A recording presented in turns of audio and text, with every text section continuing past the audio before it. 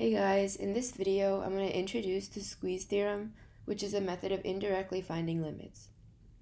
So let's say we have f of x and g of x, and another function h of x that's between g of x and f of x. So you can see that this inequality is true.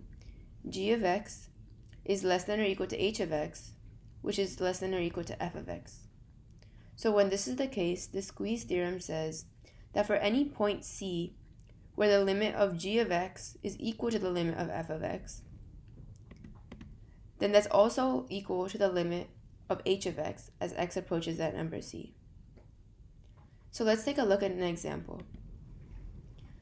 We'll try to find the limit as x approaches infinity of sine of x times cosine of x over ln of x.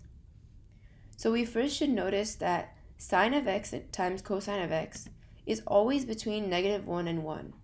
So regardless of what these two are, the sine is always between -1 and 1, cosine is always between -1 and 1. So their product always has to be between -1 and 1.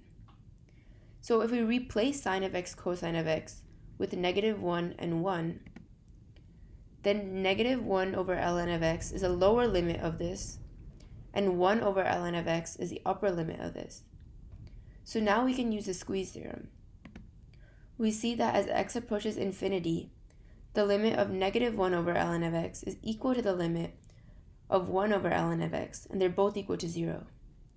So we know that this limit, as x approaches infinity, of sine of x times cosine of x over ln of x must be 0, because this is between these two, and they're both equal.